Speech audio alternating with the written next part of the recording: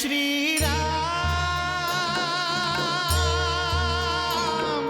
जय जय श्रीराम, श्रीराम जय राम जय जय राम, श्रीराम जय राम जय जय राम.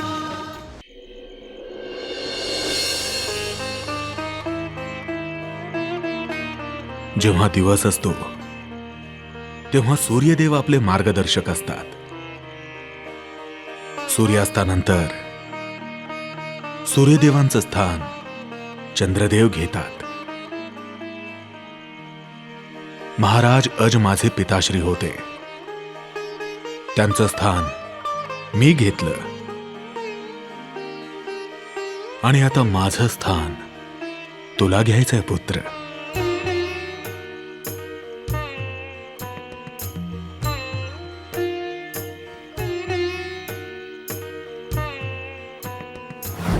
आपल्या प्रियजनांप्रती प्रेम स्वाभाविक आहे, त्यांना गमावण्याचं दुःख आणि भयही स्वाभाविक आहे.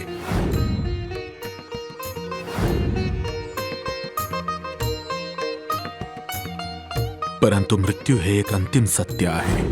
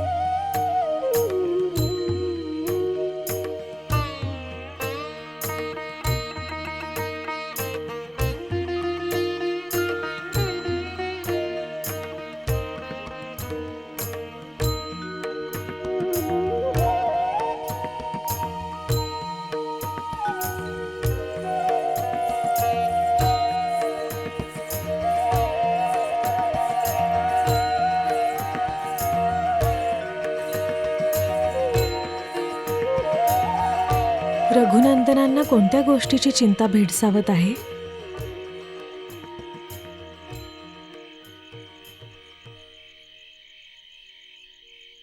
आर्यपुत्र, तुम्ही अजून जागे आहात? पती झोपल्यानंतरच झोपते रघुनंदन. काय झाले आहे?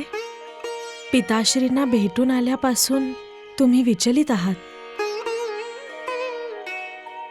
विवाहामध्ये आम्ही प्रत्येक दशेमध्ये, प्रत्येक परिस्थितीत, प्रत्येक सुखदुःखामध्ये तुमच्या सोबत उभे राहण्याचे वचन दिले आहे. तुम्ही आम्हास सांगणार नाहीत की तुमच्या मनात ती कोणती गोष्ट आहे जी तुम्हाला एवढा त्रास देत आहे?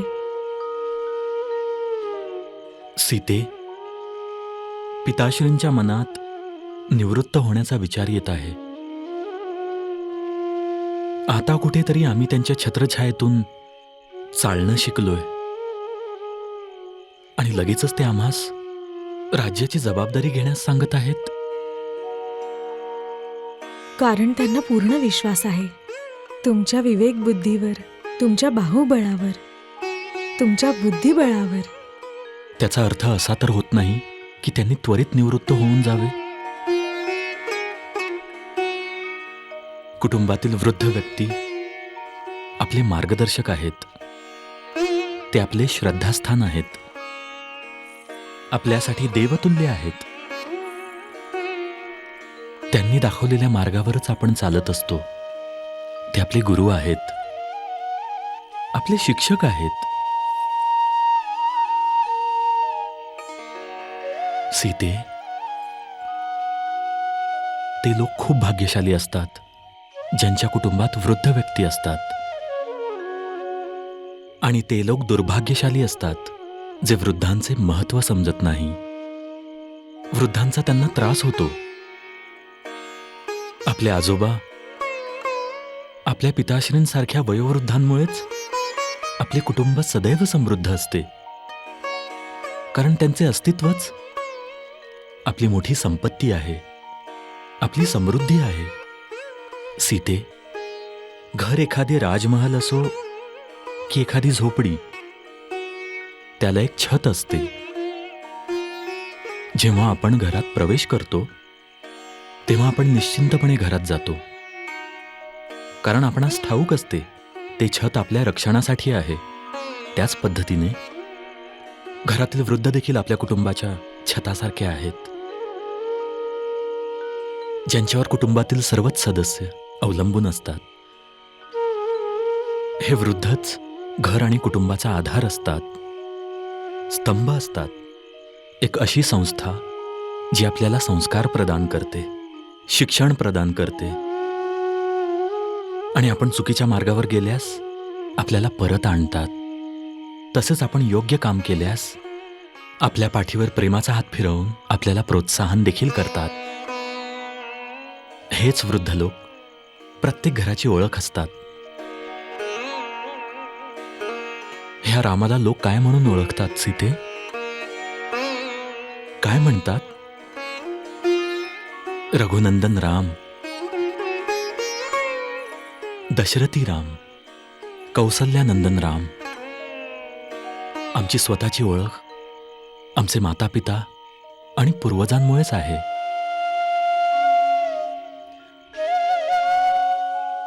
म्हणूनच पिताश्रींच्या निवृत्त होण्याच्या विचारामुळे आम्ही विचलित आहोत. आणखी त्रास करून घेऊ नका रघुनंदन. असं म्हणतात, जेव्हा मनात अनेक प्रश्नांचे वादळ येते, ज्यांची उत्तरं आपल्याकडे नसतात, तेव्हा आपण आपल्या गुरुकडे जावयास हवे. गुरु आपल्या प्रत्येक प्रश्नाचे उत्तर देऊन मनशांती मिळण्यास मदत करतात.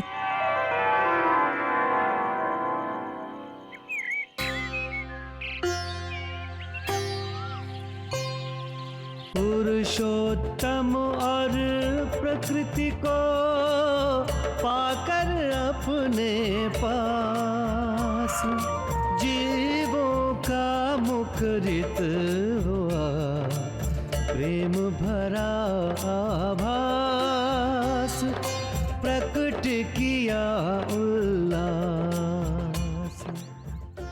कशी आहेस धेनू? सीते, या धेनूने आम्हा चारही भावंडांची मातेप्रमाणे काळजी घेतली आहे. जेव्हा आम्हास भूक लागायची तेव्हा आम्हास ही दूध पाजायची.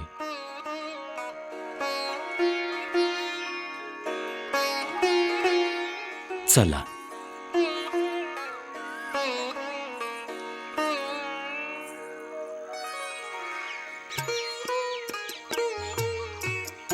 तुम्हा सर्वांना पुन्हा एकदा भेटून आमचे मन प्रसन्न झाले आहे.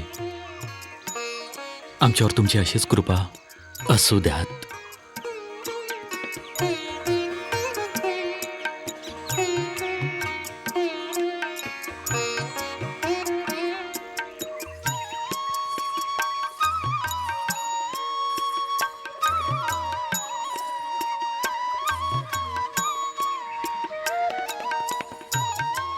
प्रणाम गुरुदेव. राम, जानकी, कल्याण हो. बसा राम.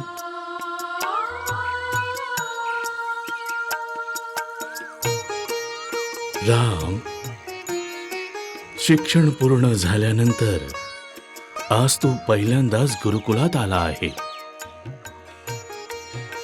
गुरुकुलातील या सदस्यांना असे वाटले असेल की तू कायम स्वरूप यांच्यापासून दूर गेला आहेस.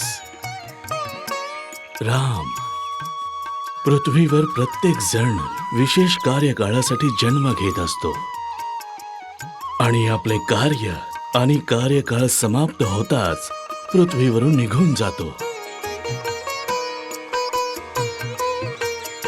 तुझा कार्यकाळ आता कुठे सुरू झाला आहे, परंतु कार्य पूर्ण झालेले नाही. ज्यांचे कार्य आणि कार्यकाळ संपुष्टात येतो किंवा होणार असेल, ते लोक निवृत्त होतात. लक्षात ठेव राम, मनुष्य तेव्हा अमर होत असतो जेव्हा लोक त्याच्याद्वारे केल्या गेलेल्या कार्यांना आठवतात. तो समोर नसतानाही त्या व्यक्तीची प्रशंसा करतात, त्याने दाखवलेल्या मार्गावर चालण्याचा प्रयत्न करतात.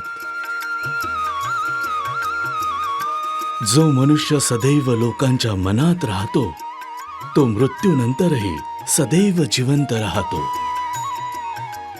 आणि माझी देखील अशी इच्छा आहे की तू असे एक महान कार्य करावे, ज्यामुळे तुझी अनेक युगांपर्यंत लोकांना आठवण येत राहो. आयुष्मान भव.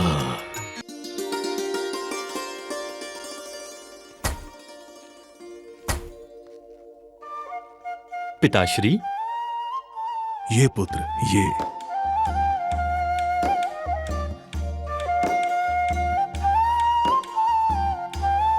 आयुष्यमान भव.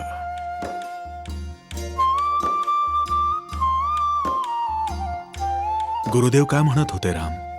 ते म्हणाले, तुम्ही एक महात्मा आहात.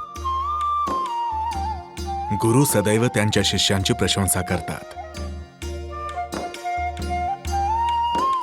पुत्राला आपल्या पित्याचा गर्व नेहमीच वाटतो. परंतु लक्षात ठेव राम, एका राजाचा त्याच्या प्रजेला गर्व वाटला पाहिजे. प्रजेला आपल्या पिता, भ्राता, मित्र, सखा सगळ्यांचे रूप आपल्या राजामध्ये दिसले पाहिजे. जेव्हा एखादा राजा प्रजापती होतो, तेव्हाच प्रजा खऱ्या अर्थाने सुखी होत असते. आणि तुम्ही प्रजापती आहात पिताश्री. राम,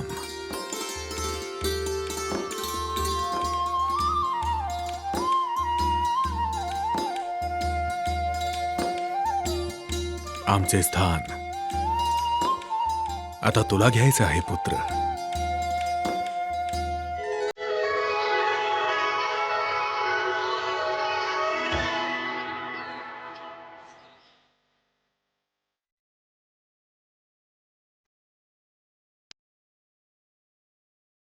जनक दुलारी सीता दशरथ नंदन, राम की पूजा को लाई थाल सजाए के.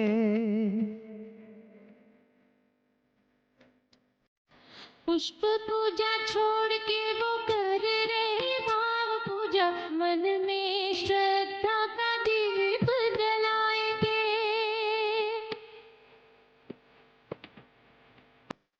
विष्णु की मुद्रा में राम जी को सोया देख, पद पंकज के निकट बैठे आए थे. चरण दबाए रही अति सुख पाए रही, महालक्ष्मी की वही भूमिका निभाएगी.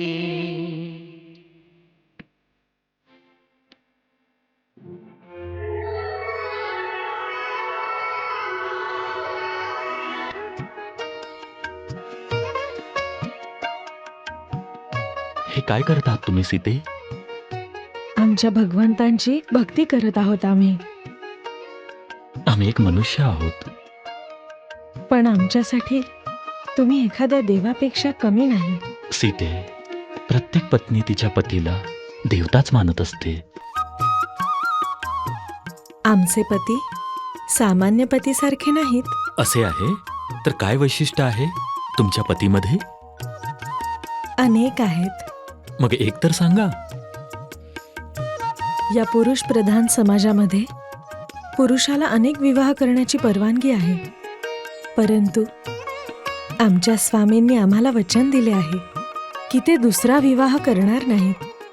आमच्याशिवाय प्रत्येक स्त्री त्यांच्यासाठी परकी असेल. हे वचन देऊन आमच्या स्वामींनी आमचा मान वाढवला आहे, आमचा सन्मान केला आहे. असे वैशिष्ट्य इतर कोणत्या पुरुषामध्ये असेल?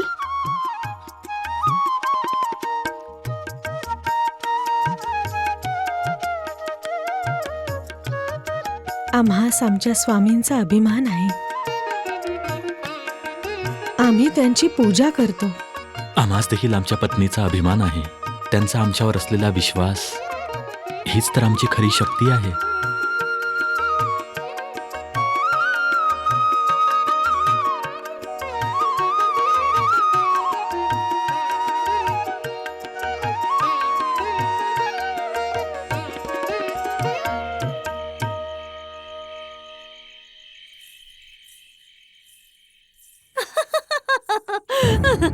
या या महाराणी, या महाराणी या. मंत्रा काकी, नाही नाही नाही नाही नाही, मंत्रा काकी नाही तर मंथरा महाराणी, फक्त मंथरा. जेव्हा कोणी माझ्याशी सन्मानपूर्वक बोलतं तेव्हा मला फार कष्ट होतात, आणि जेव्हा कोणी माझा अपमान करतं ना तेव्हा माझ्यात एक शक्ती येते. महाराणी, परंतु मी महाराणी नाहीये मंथरा. आज नाही आहात, परंतु उद्या जेव्हा माझा भरत अयोध्येचा राजा होईल तेव्हा तुम्हीच महाराणी होणार ना. मंथरा, अयोध्येचे राजा रघुवीर राम बनतील आणि महाराणी माझी ताई सीता होईल. नाही नाही, अयोध्येचा राजा माझा भरत होणार आहे, माझा भरत, राम नाही. मंथरा, मला राजा बनवण्याचा हट्ट जो तू लावलायस तो कायमचा सोडून दे. लहानपणी सुद्धा तू एक वेळ मला अयोध्येच्या राजसिंहासनावर बसवण्याचं स्वप्न पाहिलं होतं, आठवतंय? मी तुला तेव्हाही सांगितलं आणि आजही सांगत आहे, अयोध्येच्या राजसिंहासनावर जर कोणी आरूढ होणार असेल तर ते माझे भ्राता राम आहेत, भरत नाही. कारण भक्त तर देवाच्या चरणाशीच राहू इच्छितो, त्यांच्या भक्तीत लीन राहू इच्छितो. मी भ्राता रामांचा भक्त आहे आणि माझे भ्राता राम माझ्यासाठी देव आहेत. म्हणूनच मंथरा, मी तुला विनंती करतो, हा विचार सोडून दे, कृपा करून सोडून दे. चल मांडवी.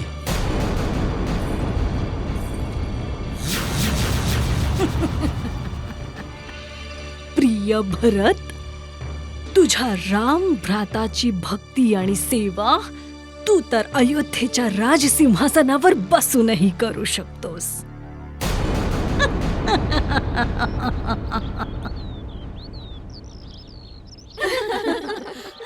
अच्छा, मग सर्वानंदने काय केले? सर्वानंदने त्याच्या पत्नीसाठी आणखी एक लाडू मागितला.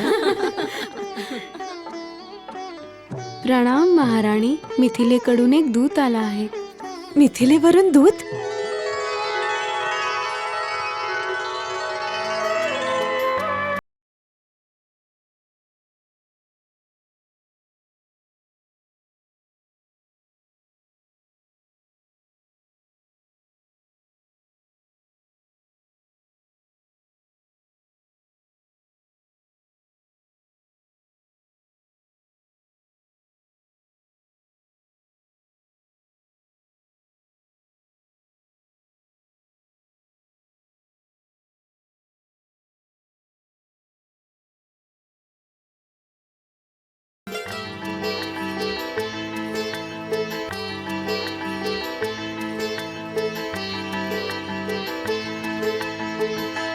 अयोध्या नरेश, विदेहराज जनक यांची तुम्हास प्रार्थना आहे की मिथिलेमध्ये होणाऱ्या शेतीच्या सणाप्रसंगी तुम्ही सर्वांनी मिथिलेमध्ये अवश्य यावे.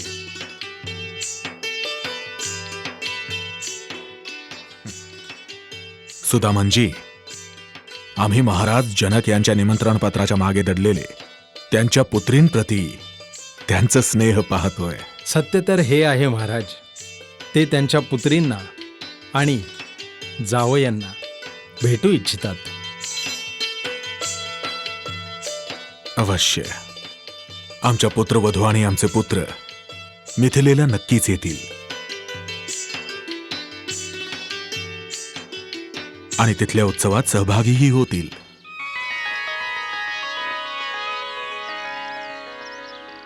ब्रह्मऋषी, तुमच्याच आशीर्वादाने आमच्या पुत्रांचा आणि अयोध्येचा उत्कर्ष झाला आहे. आमची आपणास विनंती आहे की तुम्ही कृपा करून अयोध्येतच निवास करा. राजन, मी तुमच्या विनंतीचा स्वीकार नाही करू शकत. महाराज, मला आता मोह सोडून तपस्येत लीन व्हायचं आहे. मला अयोध्येतून जाण्याची परवानगी द्या राजन. आम्हाला लज्जित करू नका गुरुश्रेष्ठ. राजन, मनुष्याच्या आयुष्यात मोहाचे क्षण येत असतात आणि जो या क्षणांवर विजय प्राप्त करत असतो तोच पुरुषोत्तम म्हणवला जातो.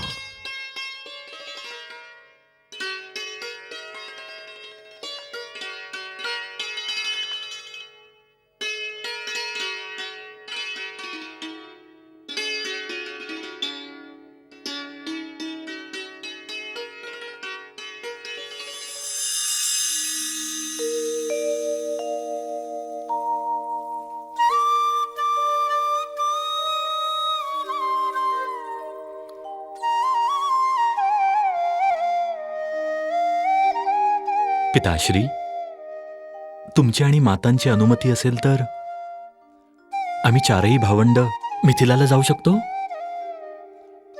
जर आम्ही अनुमती नाही दिली तर?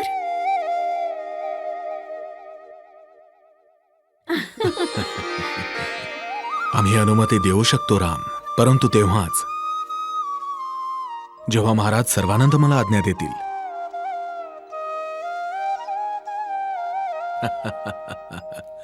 अनुमती आहे राम, तुम्हा सर्वांना अनुमती आहे.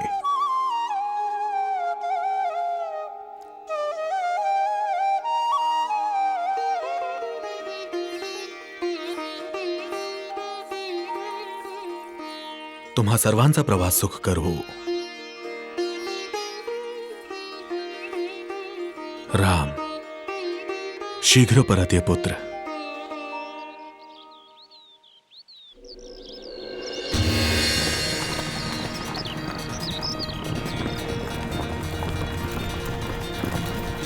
दशरथ पुत्र राम आज संपूर्ण कुटुंबासह मिथिलेसाठी निघाले आहेत. हीच योग्य संधी आहे मित्रांनो, आणि आपल्याला ही संधी गमवायची नाहीये. स्वयंवरामध्ये आपला जो विश्वासघात करण्यात आलाय, आपण त्याचा प्रतिशोध घेऊ. रघुनंदन रामाने आपला अपमान केला आहे. स्वयंवरामध्ये आमच्या बलाची, आमच्या शक्तीची थट्टा केली. आता आपण रामाला आपल्या बळाचे सामर्थ्य दाखवू. रामाने मुद्गल ऋषींच्या आश्रमाजवळ अल्पविराम घेतला आहे. तर आता आपण आक्रमणाची तयारी केली पाहिजे. आक्रमण केलेच पाहिजे.